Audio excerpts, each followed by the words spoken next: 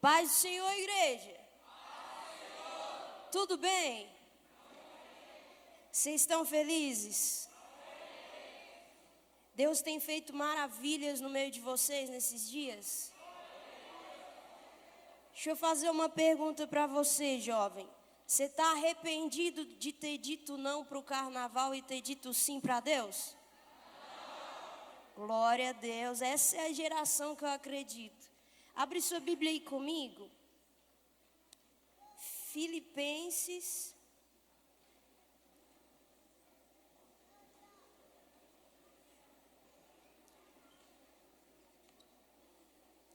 Filipenses capítulo 3, versículo 12. Filipenses capítulo 3, versículo 12. E enquanto você procura aí, eu quero agradecer aos pastores, ao pastor presidente, aos pastores e líderes da casa, pelo convite. Obrigada por acreditar naquilo que Deus colocou sobre a minha vida.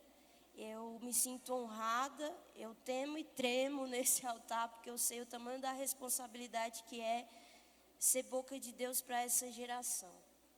Então, muito obrigada, muito obrigada. Filipenses capítulo 3, versículo 12. Amém? Amém. Quem encontrou, dá um glória aí. Glória. Aí. Para o período da tarde, assim, acho que tá bom, mas para a noite tem que melhorar, hein? Filipenses capítulo 3, versículo 12, está escrito assim. Paulo, ele está dizendo: não que eu tenha já recebido ou tenha já obtido a perfeição, mas prossigo para conquistar aquilo para o que também fui conquistado por Jesus. Irmãos, quanto a mim, não julgo havê-lo alcançado, mas uma coisa faço, esquecendo-me das coisas que para trás ficam e avançando para as coisas que estão adiante de mim, prossigo para o alvo, para o prêmio da soberana vocação de Deus em Cristo Jesus. Todos, pois, que somos perfeitos, tenhamos este sentimento, e se porventura pensais de outro modo, também isso Deus vos esclarecerá. Todavia, andemos de acordo com o que já alcançamos. Amém? Eu queria continuar no versículo 17. Paulo, ele continua e ele diz: irmãos, sede imitadores meus e observai os que andam segundo o modelo que tendes em nós. Pois muitos andam entre nós, dos quais repetidas vezes eu vos dizia, e agora vos digo até chorando, que são inimigos da cruz de Cristo. Amém? Senhor, nós te agradecemos por esse momento, por essa tarde. Nós sabemos que tudo isso estava no cronograma do céu. Nós não estamos vivendo um momento, nós estamos vivendo uma agenda de Deus para esse tempo.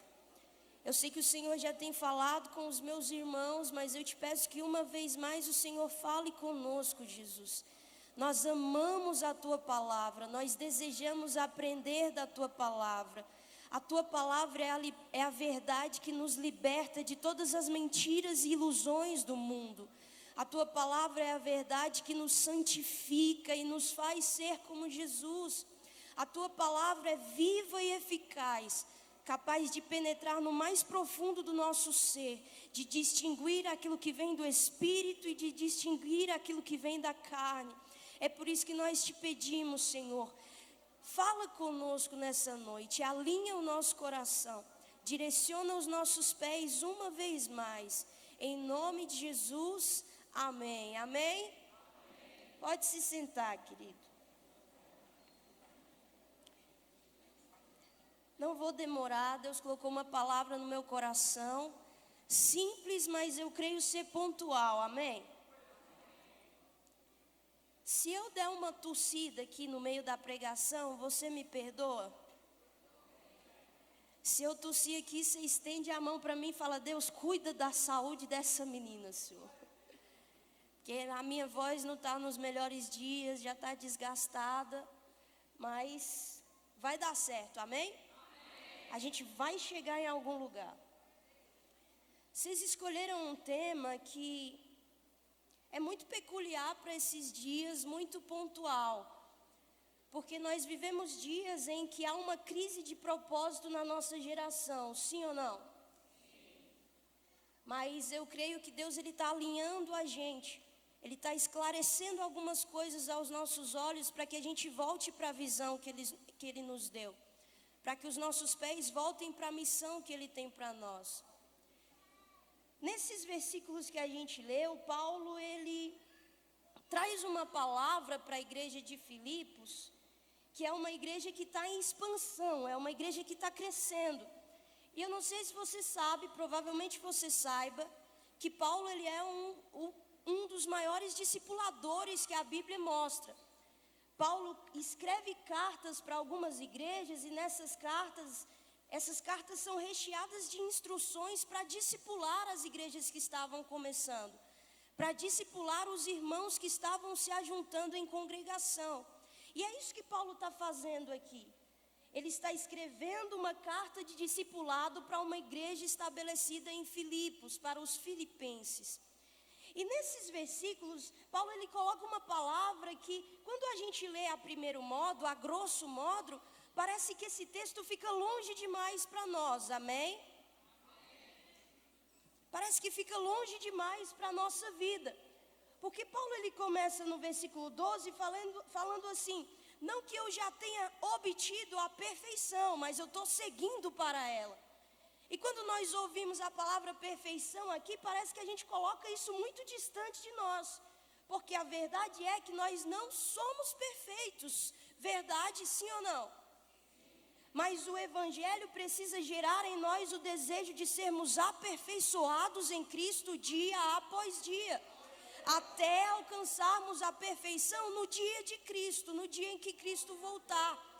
Só que quando Paulo ele fala dessa perfeição, ele está apontando justamente para o que ele já disse lá no capítulo 1 de Filipenses. Quando no capítulo 1 de Filipenses ele diz assim: vivei acima de tudo, ou seja, como prioridade vocês precisam viver uma vida de modo digno do Evangelho de Cristo. Esse é o modelo de alguém que está buscando a perfeição em Deus. É alguém que busca viver de modo digno das boas novas, de modo digno dos princípios que Jesus ensina, de modo digno nessa geração, onde tudo vai dizer que nós não devemos e não podemos viver para Cristo. Vem Paulo e diz: você precisa desejar viver de modo digno a Cristo. Então esse é o sentimento de perfeição aqui, buscar viver aquilo que Jesus diz que nós devemos viver, buscar ser aperfeiçoados no modo de Cristo, como Cristo viveu, amém? E aí Paulo ele dá algumas diretivas para nós, diretivas de avanço e não de retrocesso, diretivas de ir à frente, não de voltar atrás. E eu quero liberar uma palavra para vocês. Se você acreditar, em nome de Jesus, pega isso, jovem. Pega isso, igreja. Os nossos melhores dias em Deus não estão no nosso passado. Os nossos melhores dias em Deus estão adiante de nós. Nós viveremos dias incríveis em Deus logo ali na frente. Então, por isso a diretiva é sobre avançar. Porque nós vivemos coisas incríveis em Deus, mas não deixamos de prosseguir para o alvo que é Deus. Eu olho para esse tempo e eu percebo que uma das estratégias do diabo para que a gente não avance, para que a gente não prossiga, é tentar oprimir a gente, sim ou não? Com palavras malditas, com ideologias malditas, com apontamentos malditos, com sentimentos malditos. Porque se o diabo está tentando oprimir a gente, é porque ele sabe que Deus está super afim de esticar a nossa geração, de expandir a nossa geração. O diabo sempre tenta oprimir quem Deus quer esticar. É por isso que nós vivemos pressão, geração.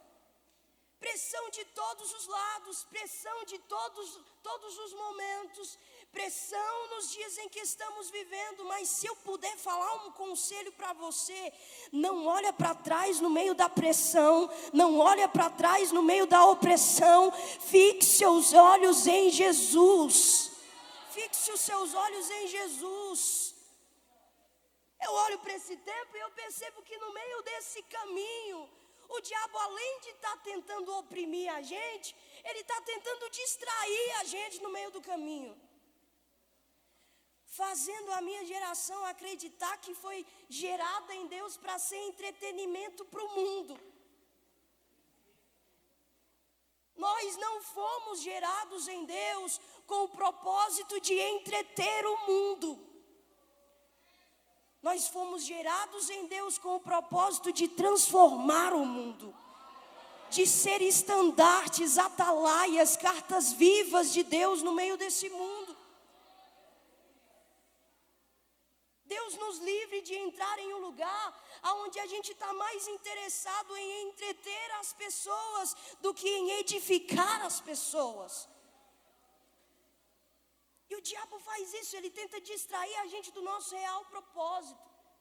Porque quem perde o propósito, perde o motivo de vida. E aí se abrem as portas para depressões, se abrem as portas para complexos, se abrem as portas para crise. Porque quem não sabe para onde vai e por que vive, naturalmente não deseja caminhar.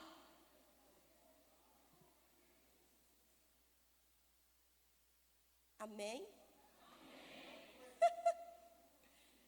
Agora, quem sabe, quem entende o propósito que recebeu da parte de Deus, ele é alguém que vive acima das propostas, querido.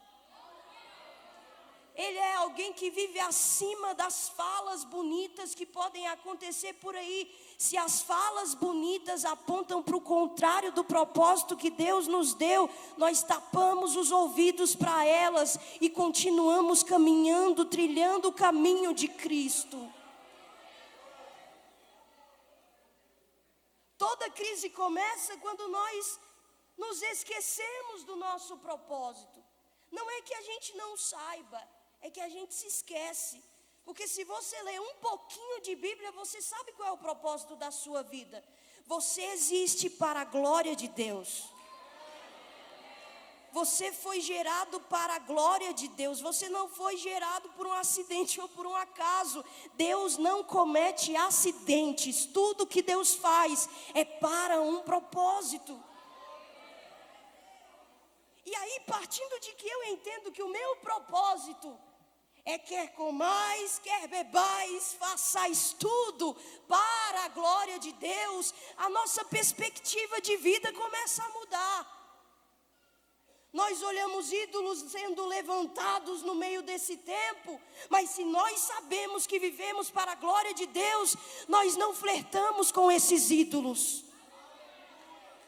Nós olhamos pessoas sendo aclamadas como salvadoras da humanidade, mas se nós sabemos que fomos levantados com o propósito de glorificar o nome de Deus, nós não somos daqueles que aplaudem essas pessoas.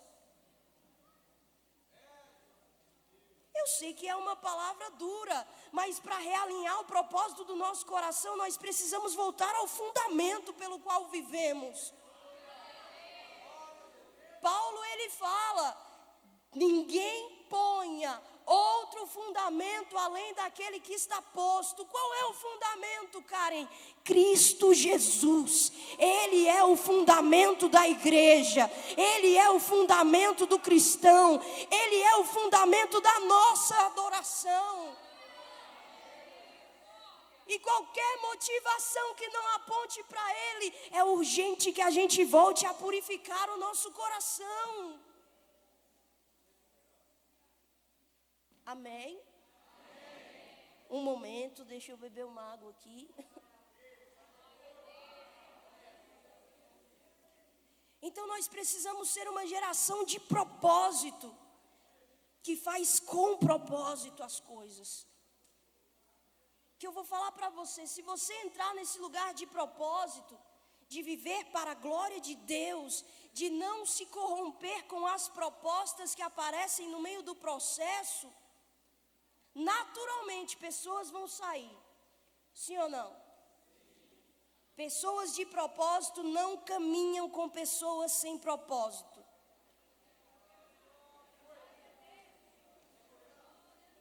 Porque quando alguém tem um propósito, ele se torna um imã de pessoas que também têm propósito. É por isso que a gente fala, quando alguém vai estar em um relacionamento, a gente fala, são propósitos que estão sendo alinhados, porque pessoas de propósito se atraem, propósito atrai propósito. Então, por favor, jovem, tome cuidado com alianças erradas. Tome cuidado com amores errados. Tome cuidado com apegos errados. Tome cuidado com amizades erradas. Eu não estou falando para você ser uma pessoa antissocial, mas eu estou falando para você, nem todo mundo está caminhando no mesmo propósito que você. Então nem todo mundo vai ter o melhor conselho para você. Existem pessoas que aparecem na nossa vida para dar impulso aos nossos pés, e elas vão gerar na gente desejo de correr para o propósito. Mas existem outras que vão ser correntes nos nossos pés. E quanto mais a gente caminhar, mais elas vão falar: não, você está vivendo um oba-oba aí no meio da igreja. Você está vivendo aí sua juventude na igreja, você está perdendo a sua juventude. Mas para quem tem um propósito e entende o propósito que tem, a gente sabe que a gente não está perdendo a nossa juventude, a gente está ganhando a nossa juventude, a gente não está desperdiçando a nossa vida. Temos um propósito, e se vivemos para esse propósito, o mundo pode falar que a gente está perdendo, mas vem Jesus e fala: quem perder a sua vida por amor a mim, esse ganhou a verdadeira vida, esse encontrou a verdadeira vida. Quantas vezes nós ouvimos pessoas aí fora, alianças erradas, falando para a gente que é desperdício gastar a nossa força jovem na igreja, que é desperdício viver a nossa adolescência e juventude dentro da igreja, que a gente pode deixar para fazer isso quando a gente for velho já, ancião já, aí a gente decide viver na igreja. Mas a gente sabe, se você ler um pouco dos evangelhos, se você se apaixonar por Deus, amar a Deus, desejar viver para a glória de Deus, você sabe, não é desperdício, é privilégio viver para Ele. Não é perca de tempo, é ganho de vida se dedicar a Ele. Oh, glória! Cuidado com as alianças erradas. Existirão momentos em que Deus vai deixar a gente sozinho, sim ou não? Mas não olhe para esses momentos como se fosse Deus isolando você de todo mundo e deixando você na solidão. Você está só, mas você não está sozinho. Eu me lembro de Davi. Davi está no pasto. A plateia de Davi são ovelhas e Deus. Davi está só, sim ou não? Mas ele não está sozinho. Nos momentos em que Deus afasta muitas pessoas de nós, é hora da gente entender. Ele está aproximando a gente dele. Ele está aproximando a gente do coração dele. Então fale comigo: eu não viverei alianças erradas. Querido, alianças erradas afastam você do propósito certo. Você pode ser a pessoa mais forte do mundo. A Bíblia diz: as más companhias corrompem os bons costumes.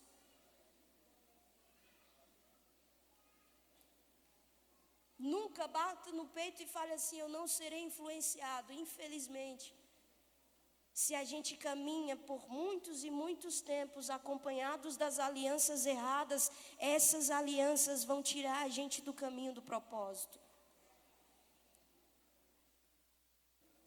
Outra coisa que eu observo em uma geração que entende o propósito que tem, é que é uma geração que tem olhos fixos. Sim ou não? Olhos fixos aonde, Karen?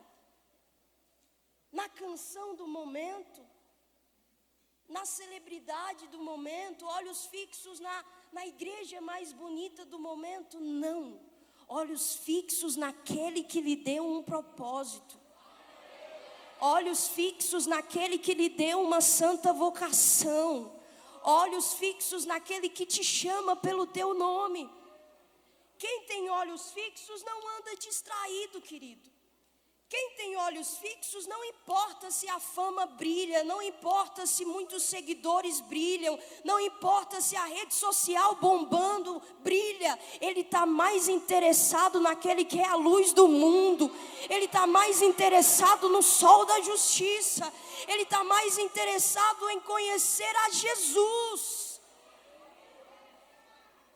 Me lembro de Davi também. Davi, quando vai diante de Saul para receber a armadura de Saul, a Bíblia fala, a armadura de Saul era uma armadura de bronze. Você acha que os soldados não queriam vestir a armadura de Saul porque era glamurosa, porque era bonita, porque era atraente, porque falava de uma coisa valiosa? Davi veste, e quando Davi veste, Davi tem um entendimento: não é para mim. Não cabe em mim, está brilhando, todo mundo quer, mas se não aponta para Jesus, eu não quero. Não cabe em mim, não é para mim, não me serve. Mas todo mundo está aceitando. Aí sua mãe dizia para você e minha mãe dizia para mim: você não é todo mundo. Aí vem o Espírito Santo de Deus e brada dentro de nós: você não nasceu para ser todo mundo. Glória! É uma geração que tem os olhos fixos em Deus, que não se distrai. E por favor, querido, abra os seus olhos, porque muitas vezes quando o inimigo não conseguir te parar, ele vai tentar confundir você no meio do caminho, com propostas que parecem com o propósito. Deus disse que levantaria você como um pregador. A proposta do diabo vai ser te entregar um microfone. E você vai achar que ter um microfone na mão é ser um pregador. Quando Deus convida alguém para ser um pregador da boa nova, um pregador do evangelho, não é só sobre ter um microfone na mão ou sobre falar com uma voz. É sobre pregar com a sua vida também. Porque se o inimigo conseguir te confundir, você vai achar que viver para Cristo é só ter um microfone, uma roupa legal. Não.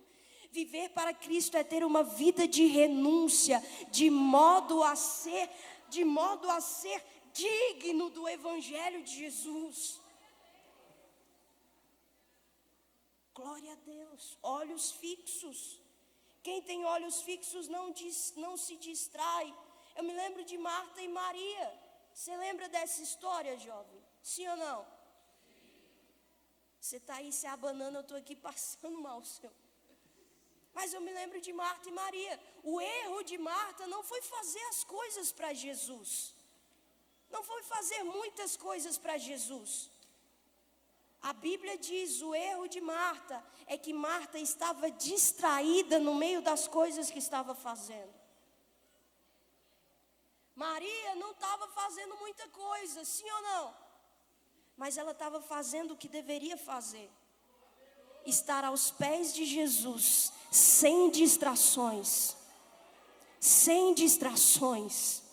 É por isso que Jesus vira para ela e fala: Maria escolheu a boa parte.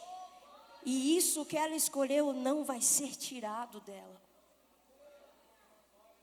Pode perceber, uma geração distraída, ela não sabe o propósito que tem e, consequentemente, ela inverte o valor das coisas. A presença passa a ser menos valiosa do que os presentes. O viver para Cristo passa a ser menos importante do que uma vida de status por aí. Quando na verdade tudo está se invertendo aí, ó. A presença vale mais do que os presentes. Uma vida com Deus vale mais do que uma vida de status.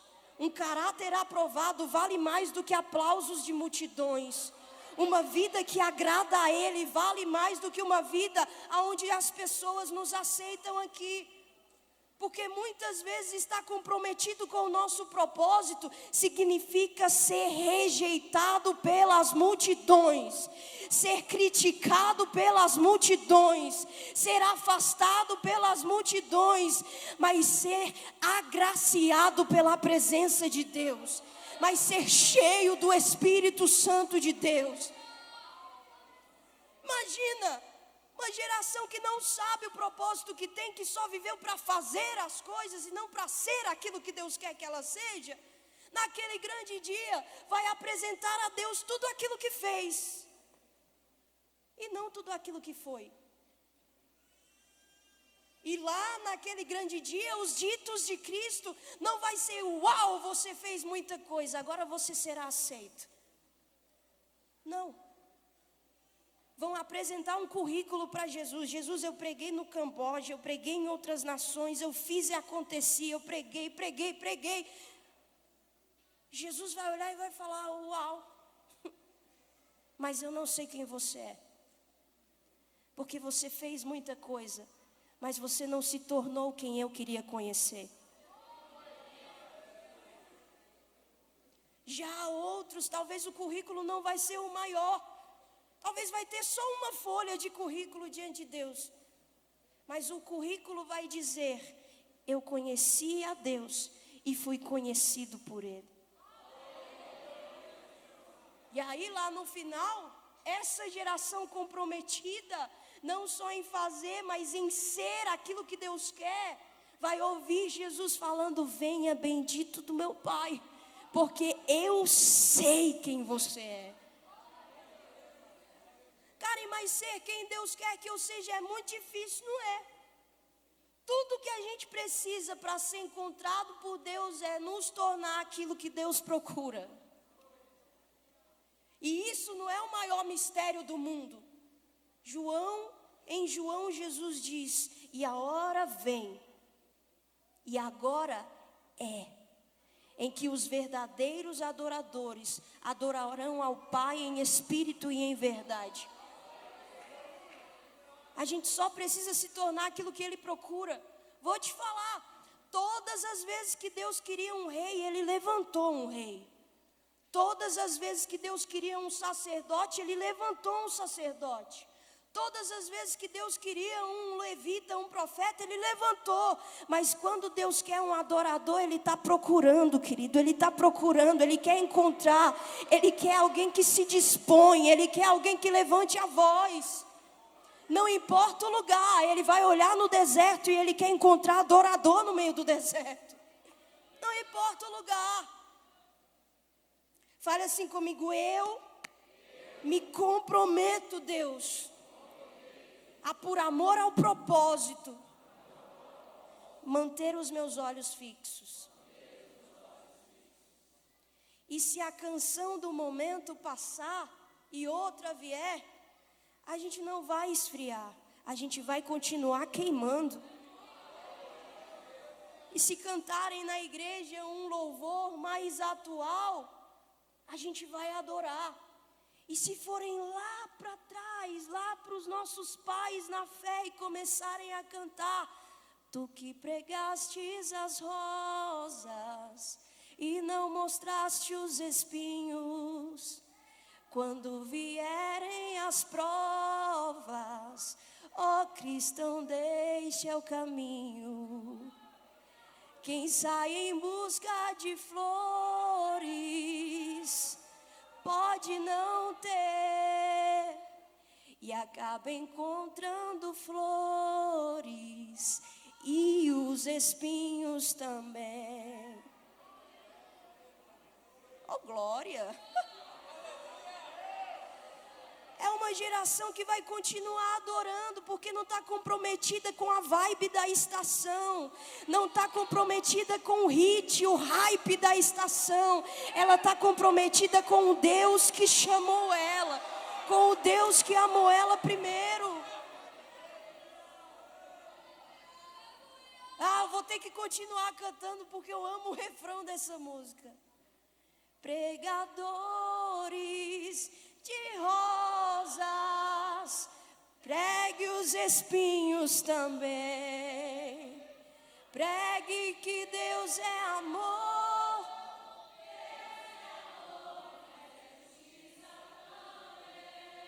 E o quê? Porque a fé sem as obras para Deus nenhum valor ela tem. Oh glória. Uma geração comprometida não de discurso, mas de vida. Eu observo também que uma geração que entende o propósito que tem, é uma geração que tem os seus pés constantes. É por isso que Paulo fala, eu me esqueço das coisas que ficaram para trás, porque eu não estou preso a isso. Karen, mas as experiências do passado, nós agradecemos a Deus pelas experiências do passado. Nós agradecemos a Deus pelo que Ele fez no passado, mas nós continuamos crendo que se Ele fez ontem, Ele não parou naquilo que Ele fez ontem. Ele tem infinitamente mais para nós logo à frente. É por isso que Ele diz, eu esqueço do que ficou para trás, mas eu prossigo. Ele faz o quê? O que ele está dizendo? Meus pés vão continuar caminhando. Meus pés vão continuar indo nesse caminho. Algumas vezes eu me encontrei com algumas meninas que elas viram e falam, Karen, um dia eu senti a presença de Deus. Um dia eu chorei, um dia eu senti, um dia eu me entreguei.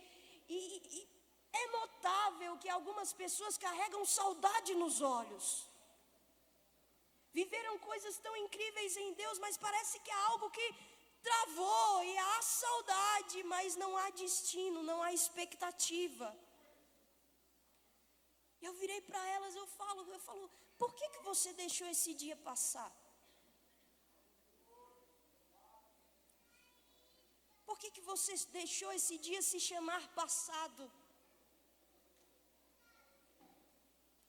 E talvez muitos momentos a gente olha para a nossa vida assim, porque a gente coloca a responsabilidade de desejar o novo de Deus num culto, em um pregador, em um cantor, em um evento, e não é assim. Não tem culto ruim para quem está bem com Deus. Não tem culto ruim para quem tem fome e sede de Deus. Não tem culto ruim para quem deseja entregar a Deus um culto racional. Não tem culto ruim. Que a gente chega aqui e a gente chega já queimando em Deus. E se o louvor é antigo, a gente queima. Se o louvor é atual, a gente queima. Se a palavra, o plural não foi o melhor no meio do discurso, está tudo bem. Porque a gente veio adorar o dono do culto. A gente veio engrandecer o dono do culto.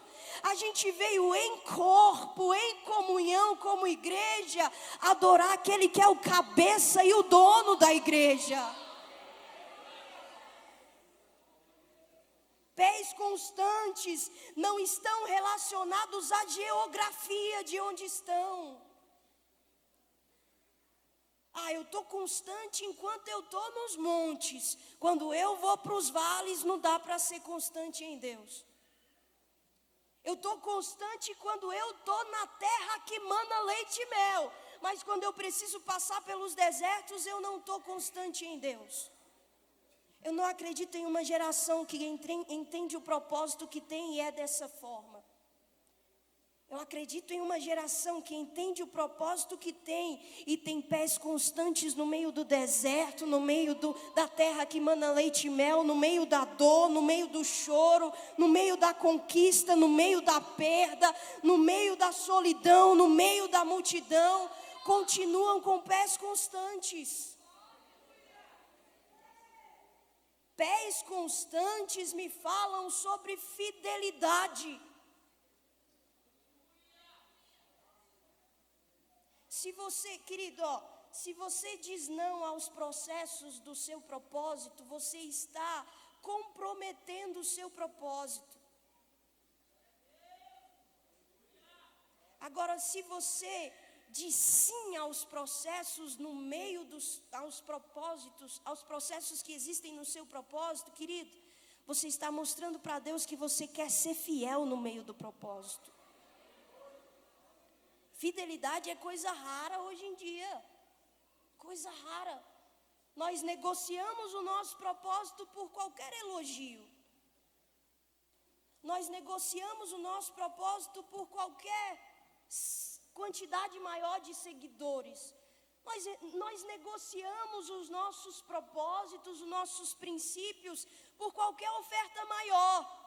Por qualquer igreja com maior multidão. Nós não fomos chamados para isso. Se você negocia os seus princípios, você nunca teve um princípio não, querido. Se você negocia o seu propósito, você nunca entendeu o propósito que você tem. Eu me lembro de Jesus no deserto, propostas vieram, Jesus tinha fome, o inimigo falou, transforma pedras em pães e mata a tua fome. Jesus disse não. Jesus estava sozinho no deserto e o inimigo colocou Jesus no pináculo do templo, no lugar mais alto do templo e disse, lança-te daqui, você não vai sofrer coisa alguma. A proposta era boa. Jesus disse não. O inimigo leva Jesus para um monte mais alto, mostra os reinos do mundo, e não só os reinos, mas as glórias que existem nesses reinos. Fala assim, Jesus, eu vou te dar tudo isso se você comprometer a tua adoração. Se você negociar o teu propósito, só se dobra para mim aqui agora. Jesus disse não. E sabe qual é a resposta de Jesus diante dessa proposta?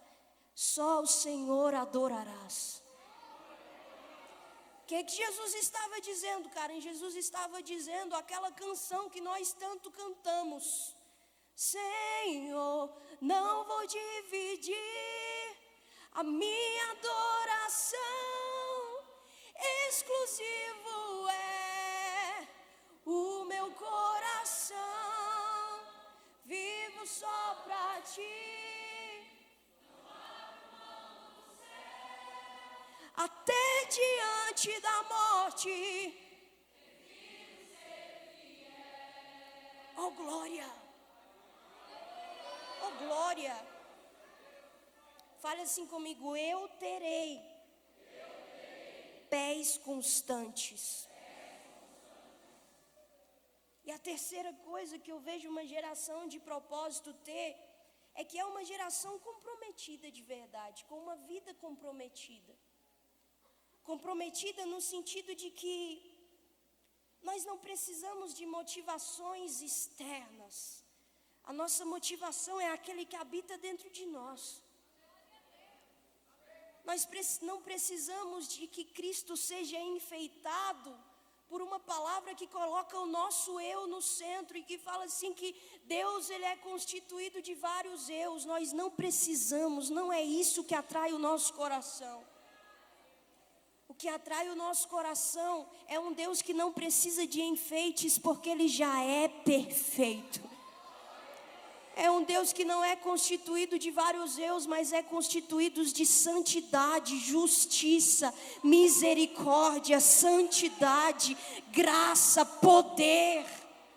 Esse é o Deus que atrai o nosso coração.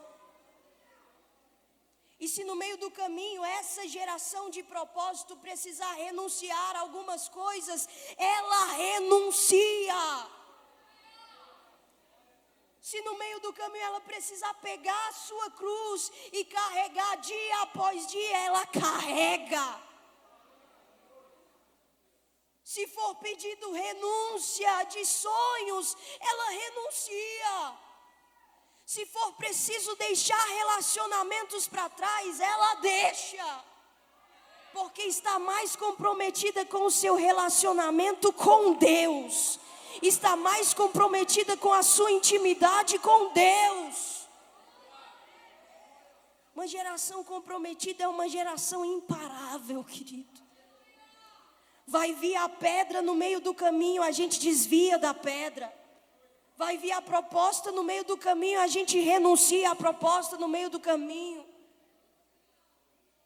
Vai vir aquilo que parece o propósito, mas não é. A gente está atento para discernir que se não vem de Deus, não cabe para nós. Você se lembra de Daniel na Babilônia? Daniel é o exemplo de um jovem comprometido, de um jovem de propósito, porque ele está na Babilônia, sim ou não? Mas ele não deixa a Babilônia entrar dentro dele. Sadraque, Mesaque e Abednego estão na Babilônia, sim ou não? Existe uma estátua de poder levantada, um ídolo levantado. Toda forma de poder e autoridade se prostra diante dessa estátua. Toda forma de louvor se prostra diante dessa estátua. Existem 3 jovens que não se prostram diante daquilo que foi levantado por homem, diante daquilo que foi levantado pelo mundo.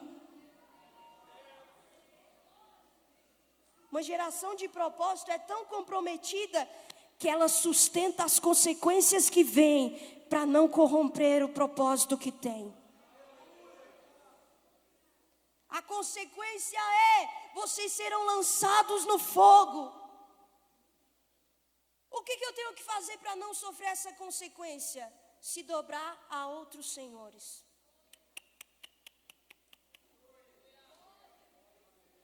É melhor ser provado no fogo e ser mantido fiel do que agradar a homens, agradar a pessoas, agradar a um sistema, agradar a uma pseudo-classe de evangelistas que não conhecem a palavra, só tem um discurso bonito. É melhor a gente desagradar e continuar sendo fiel a Deus.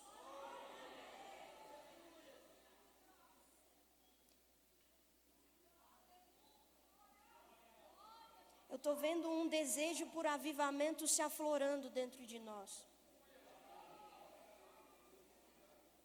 A exemplo do que aconteceu em alguns lugares. E esses lugares que receberam focos de avivamento nesses dias carregam uma marca, querido. A marca que eles carregam não é um holofote com luzes incríveis.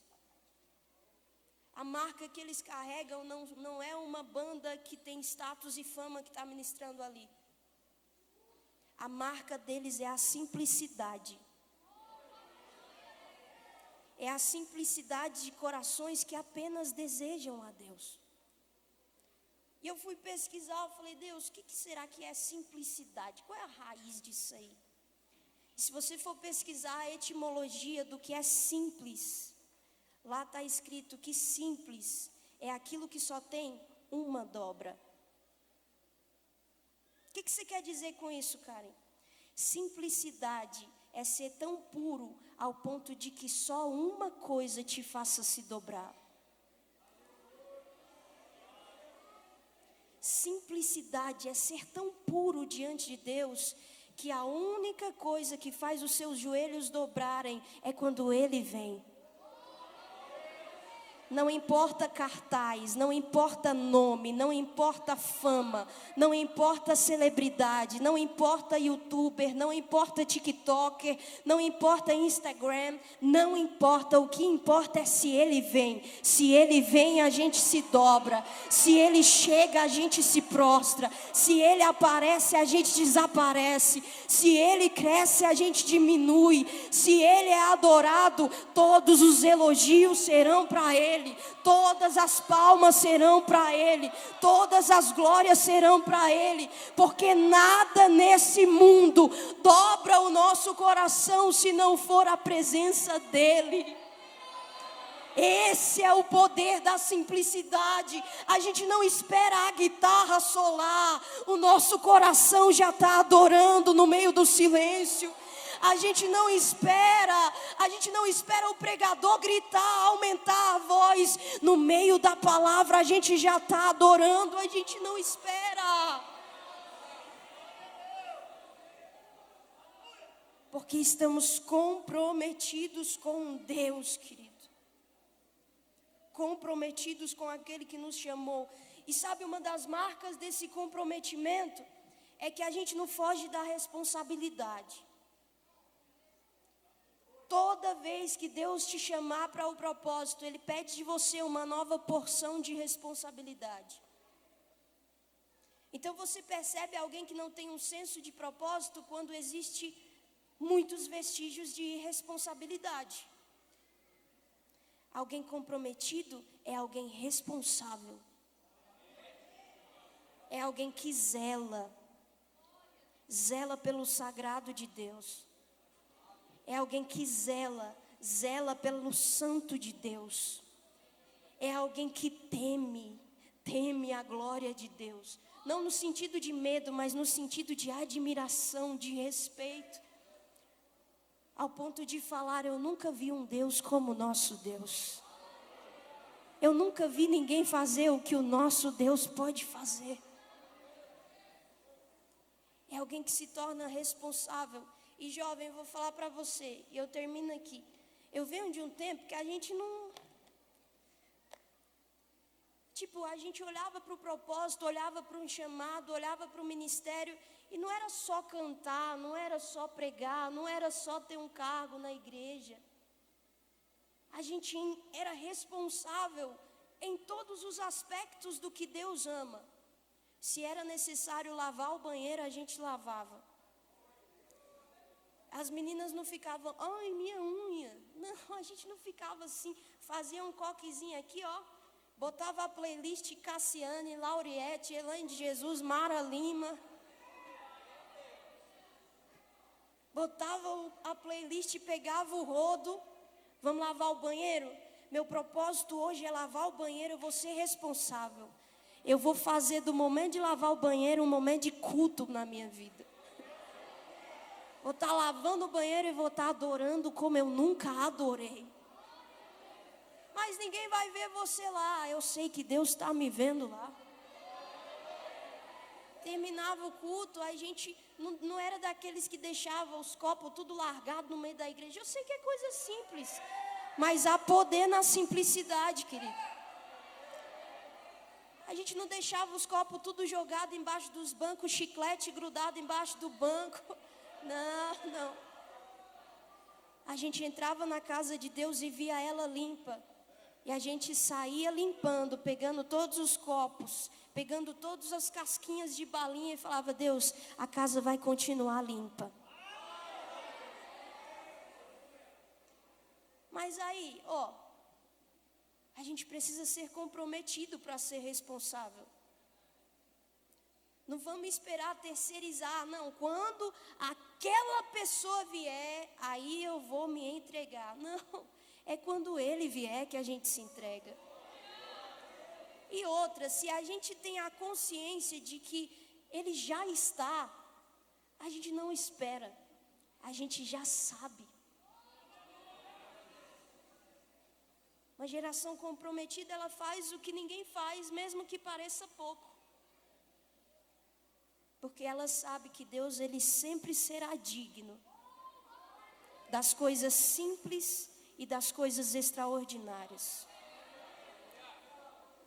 Pequenas obediências nos levam a grandes obediências. Pequenas responsabilidades nos capacitam para grandes responsabilidades. Assim como o contrário também acontece. Pequenas desobediências nos levam a grandes desobediências. Pequenas corrupções nos levam a grandes corrupções. E eu termino aqui, geração. Sei que você não está pulando, não está gritando, não está girando, mas eu sei que você está entendendo o que Deus está falando. É hora da gente transicionar isso aqui, ó. Transicionar de uma geração empolgada e emocionada por causa de eventos, a uma geração ativada, avivada e comprometida, apesar dos eventos. Eu acho incrível, eu estava com saudade dos congressos de carnaval. Que ó, eu cantava bem ali, no meio da multidão eu cantava, eu lembro, era incrível. Mas eu quero acreditar que o que você está recebendo aqui, esse selo de compromisso que você está fazendo com Deus, é para quarta-feira, é para quinta-feira, é para sexta-feira, é para sábado, é para domingo, segunda, terça, quarta, março, abril, maio, é para toda a sua vida. Você está sendo cheio aqui, mas é na vida cotidiana que a gente transborda o compromisso que a gente tem. Fala assim comigo: Deus, eu me comprometo com o propósito que eu recebi. Fala comigo: terei olhos fixos, pés constantes e uma vida comprometida. Olha para o seu irmão e fala para ele assim: queridão, é hora de assumir a responsabilidade. É, querido.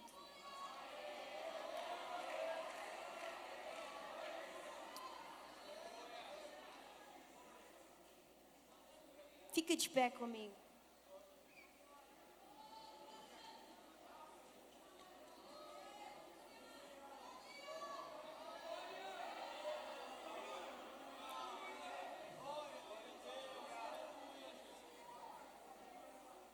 Meninas, tá na hora da gente não deixar para amanhã o que a gente pode fazer hoje.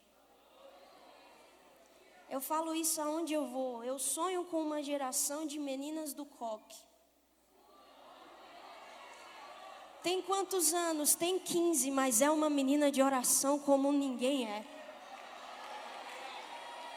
Tem quantos anos? 25, 30, 29, 35.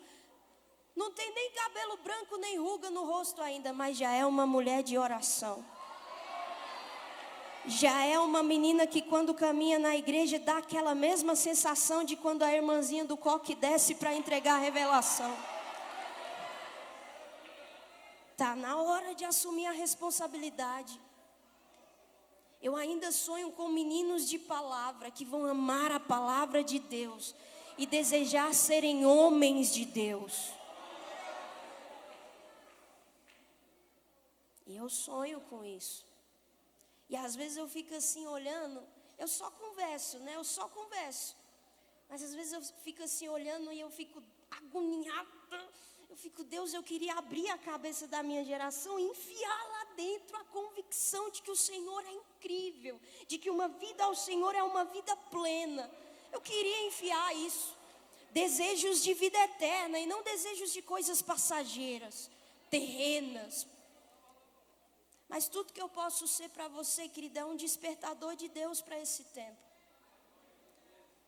Falar para você, nós estamos vivendo a última hora. Nós somos a igreja da última hora. Nós somos a geração da última hora. É por isso que a gente está cantando diferente, que Ele vem nos buscar. A gente não está mais cantando com aquela cara de tédio de antigamente. A gente está cantando com convicção, com desejo, com paixão para que Ele venha. E eu caminho carregando a palavra de Eclesiastes sobre a minha vida. E eu te aconselho a ser selado, marcado com Eclesiastes. Quando lá está escrito, lembre do seu Criador. Uma geração de propósito, comprometida, com olhos fixos, com pés constantes, é uma geração que tem memória fresca diante de Deus. Lembra do seu Criador agora. E para terminar, eu vou te contar meu sonho, posso? Meu sonho não é ser a melhor profissional do mundo, a pessoa mais conhecida do mundo. Não é esse o meu sonho. Meu sonho, vou falar para você, eu amo a ideia de envelhecer em Deus. Eu amo pensar que eu terei uma velhice em Deus. Ó, que loucura! Tenho 29 anos e eu amo a ideia de envelhecer. Eu tenho expectativa nos meus cabelos brancos. Tenho expectativa nas rugas no meu rosto. Eu aprendi que cabelo branco não é defeito, é enfeite. Eu aprendi que ruga não é defeito, é enfeite. A sabedoria enfeita a gente. Meu sonho, querido, é lá no auge dos meus 99 anos. Você pode dizer amém? Amém. Oxi. Eu creio. Lá no auge dos meus 99 anos. Eu estar no interior, numa cidade de interior, no mato. Porque eu gosto de roça, eu gosto de mato. Eu olho para o mato e eu penso no Éden. Eu vou estar lá na minha velhice, no meu Éden com Deus. Tá na minha cadeirinha de balanço, de frente para a minha horta. Tá na minha cadeirinha de balanço com a minha Bíblia no colo, com meu óculos no rosto, fazendo o meu devocional como eu sempre fazia. Conversando com Deus como sempre conversei. E no meio desse momento ouvi umas vozezinhas bem fininhas, vindo de dentro de casa, falando assim: vovó, conta pra gente, o papai e a mamãe falaram que você tem uma história sobre Jesus. Conta pra gente, vovó, uma história sobre Jesus. Ouvi meus filhos falando: mãe, conta aquela que você contou pra gente. Ouvi meu maridão batendo aqui do lado. Ele não vai falar minha velha, não vai ter isso, não vai ter isso. Ele vai falar meu amor. Ele vai falar assim: meu amor, fala para os nossos netos do que a gente viveu em Deus. Fala para os nossos netos que a gente viveu um tempo em que Deus sim derramou do seu Espírito sobre toda a carne. Fala da época em que a gente viveu uma geração comprometida com Ele. Conta. Essa é a minha recompensa. E aí vou te falar. E se Deus não fizer de jeito? Tá tudo bem. Isso é como eu sonho. Mas eu sei que os planos de Deus são maiores do que os meus. E que os planos de Deus revelam a boa, perfeita e agradável vontade dEle para nós. Mas vou te falar, jovem, é hora de plantar. É hora de lembrar. É hora de se comprometer. Aqueles que são comprometidos recebem o que ninguém recebe.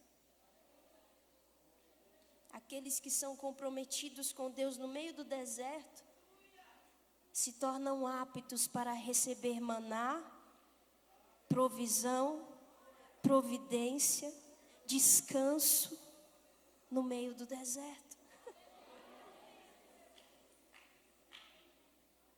Coloque a mão no seu coração, eu oro por você e encerro aqui. Senhor, eu te apresento a minha geração, Pai. Essa casa, os meus irmãos. Senhor, eu não quero ser a boca que maldiz essa geração. Eu quero ser a boca que bendiz a nossa geração. Eu quero ser a boca que profetiza sobre a nossa geração. Já tem muita gente falando que a gente não vai dar em nada. Deus, eu acredito que a gente vai chegar ao lugar onde o Senhor disse que nós chegaremos. Nós nos tornaremos aquilo que agrada o teu coração.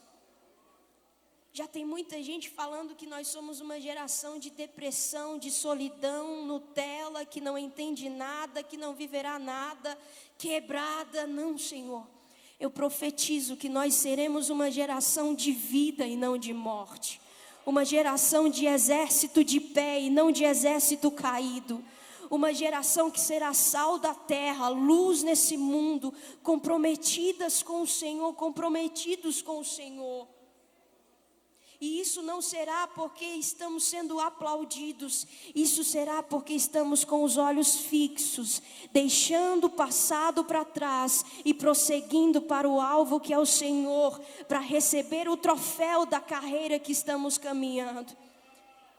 E esse troféu é poder um dia, naquele grande dia, estar com o Senhor e ouvir o Senhor chamar o nosso nome e revelar que fomos aprovados nesse processo. Esse é o desejo do nosso coração. Aviva dentro da minha geração, Senhor, uma alegria diferente, uma alegria como Davi suplicou ter, a alegria da salvação. Porque se nós tivermos essa alegria, nós estaremos comprometidos com o sacrifício que o Senhor fez. E nesse comprometimento, nós nos sacrificaremos também. Em nome de Jesus. Em nome de Jesus. Olha para o teto. Fala assim comigo: Deus, eu te amo. E eu não posso. Eu não sei. E eu não quero viver sem o Senhor. Agora você manda um beijo para ele, vai. Só gente doida faz essas coisas. Faz um coraçãozinho para ele.